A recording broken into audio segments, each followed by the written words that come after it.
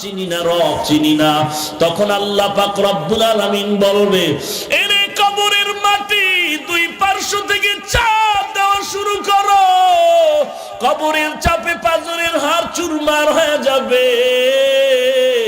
একটা নয়, দুইটা নয়, 70 থেকে 99টা সাপ।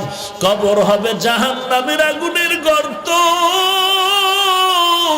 ওরে জমিন থেকে 9,30,00,000 মাইল উপরে সূর্য, এরপর গরম লাগে রাতের বেলা, সূর্য নাই, গরম সহ্য করতে পারো না রে বাবা।